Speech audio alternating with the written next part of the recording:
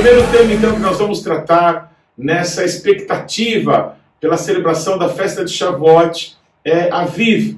Essa palavra em hebraico que quer dizer primavera, que também é o nome do primeiro mês do ano, dado por Deus na sua palavra, na Torá, quando o nosso Deus diz que nesse mês, no mês de Aviv, foi o tempo em que o nosso Deus, com o braço estendido e mão poderosa, arrancou o povo do Egito e da casa da servidão. Nós vamos ver nessa ministração que a festa da Páscoa, a festa de Pêssar, ela está diretamente ligada à festa de Shavuot, a festa de Pentecostes. Então, eu queria que você pudesse abrir o teu coração para receber revelação de Deus, porque um dia, Jesus aos seus discípulos, ele declara assim: os campos estão brancos para a colheita. Quando Jesus fala essa frase, a Bíblia cita que faltava pouco tempo para a Páscoa. Esse fenômeno, essa palavra Aviv, fala de um fenômeno que acontece em Israel todos os anos. Porque a cevada, um cereal que na antiguidade era usado para fazer pão, hoje quase no mundo inteiro é usado para fazer cerveja. Mas na antiguidade, principalmente em Israel, era o cereal usado para que a fome da população pudesse ser saciada com esse alimento básico para toda a humanidade, o pão. Nós estamos falando aqui da Bethlehem, da casa do pão. Então é um assunto tão ligado ao nosso coração, à nossa história.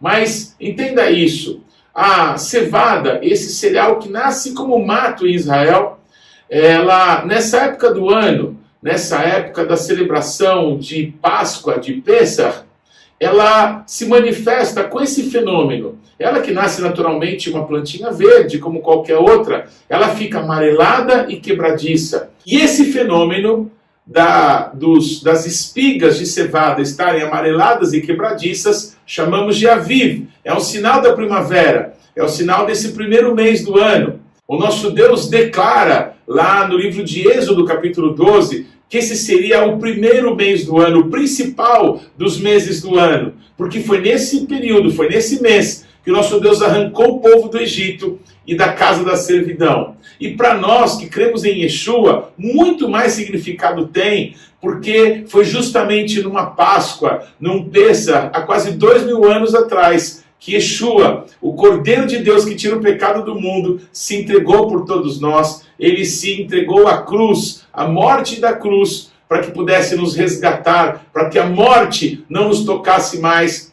e que tivéssemos então a vida eterna. Pois, quando acontece esse fenômeno em Israel, eu vou repetir, a cevada está amarelada e quebradiça, e se der esse fenômeno numa noite sem lua, ali se inicia o primeiro mês do ano, chamado de Aviv. Na primeira lua cheia, em seguida desse fenômeno, então, é o 14º dia do primeiro mês, é dia de celebrar a Páscoa. Na antiguidade, foi numa noite como essa, em que os cordeiros foram mortos lá no Egito e as pessoas das casas estavam juntas, vestidas para sair, para ter o escape, o livramento que Deus daria daquela escravidão, daquele jugo, para que pudessem caminhar à terra prometida. Então, nessa noite, todos os primogênitos do Egito foram mortos. E na manhã do 15º dia desse primeiro mês, Israel estava livre para que pudesse seguir o nosso Deus, que os guiava através da nuvem que ia na frente do seu povo. A cevada era um cereal tão importante para o povo de Deus, porque era da cevada que se fazia pão. Apenas para que você tenha isso como um exemplo, os 2 milagres em que Jesus multiplica pães para atender talvez uma multidão de 16 mil, 20 mil pessoas, a Bíblia diz que esses pães que Yeshua multiplicou eram pães de cevada. Da mesma forma, no Antigo Testamento, quando o profeta Eliseu multiplica pães também para saciar a fome dos discípulos que estavam com ele, a Bíblia também diz que eram pães de cevada. A cevada era o pão, o cereal usado para fazer alimento para as pessoas comuns, para as pessoas simples, para toda a nação, de uma forma geral. Então é claro que havia uma grande expectativa pela colheita do próximo ano, né? Sendo que a última vez que colheram, aquele cereal tinha que ser suficiente até a próxima colheita. Mas o nosso Deus, ele estabelece uma ordem, que a cevada só poderia ser colhida no primeiro dia depois de Pêssar. O primeiro dia útil depois de Pêssar foi o dia em que Jesus ressuscitou dentre os mortos. Todos os anos em Israel, segundo as ordens do nosso Deus na sua palavra, um feixe, o primeiro feixe de cevada, tinha que ser colhido no campo e levado até os sacerdotes, para que os sacerdotes pudessem mover essa oferta de primícias. Por isso esse dia, o primeiro dia útil, depois da festa de Pêssar, esse dia que está diretamente ligado à celebração da morte de Jesus, do livramento que Deus deu ao seu povo no Egito, ele é chamado pelos judeus de Yom HaBikurim, o dia das primícias, porque o primeiro feixe de cevada era consagrado ao nosso Deus, para que só então a ordem para a colheita pudesse ser dada. Então, eu quero que você lembre que Yeshua é a primícia dos que dormem. Ele foi o primeiro a ter ressuscitado. Ele que todas as vezes no seu ministério que ele se deparou com a morte, ele venceu a morte. Ele venceu a morte daquela menina Talita que tinha acabado de morrer, mandando que ela ressuscitasse. Ele venceu a morte quando o filho único daquela viúva de Naim, ele estava indo para ser sepultado, e Yeshua dá uma ordem para que ele levante e ele seja restituído à sua mãe. Lázaro, amigo de Jesus, 4 dias depois de morto, quando Yeshua manda que tirassem a pedra, Yeshua dá uma ordem para que ele saísse daquela sepultura, e Lázaro, ressurreto dentre os mortos, sai.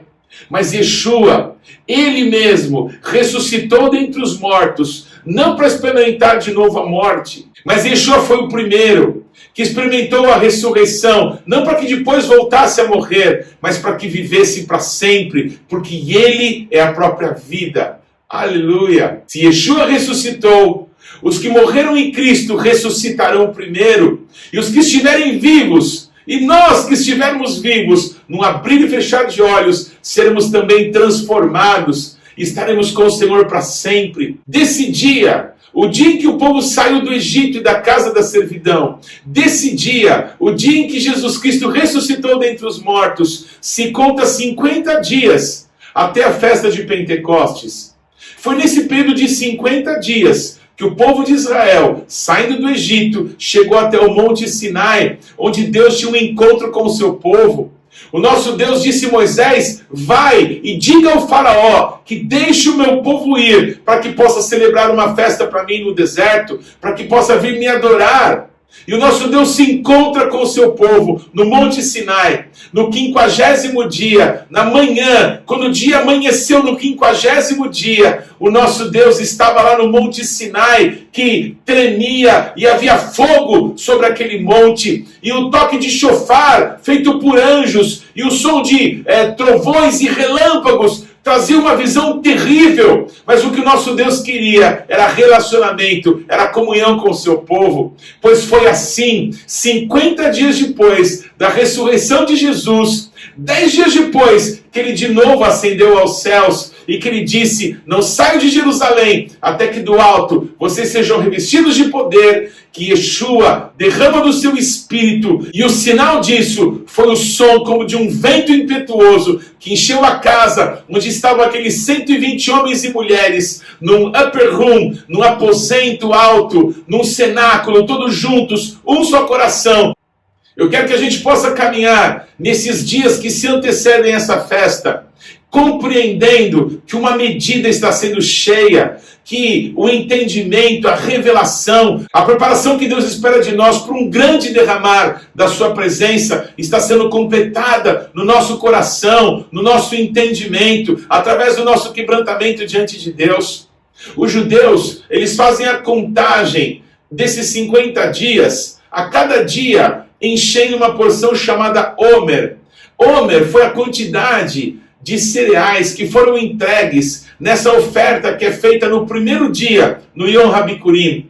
Então, uma quantidade de cereal, uma quantidade dessa oferta de primícias ao nosso Deus foi apresentada. E depois, a cada dia, eles vão contando 50 dias, 50 pequenas porções, um crescimento, uma ascensão, até que eles possam estar prontos para um grande derramar que Deus tinha para todos no dia de Pentecostes, para que Deus se apresente trazendo a palavra, e a palavra nós sabemos quem é Yeshua, a palavra que se fez carne e habitou entre nós. Que o teu coração queime, que você junto conosco nesses próximos dias possa ver sendo completo a medida da revelação, do entendimento de Yeshua no teu coração a respeito do que Deus tem para nós nesse tempo. Que Deus te abençoe, estaremos juntos. Shalom.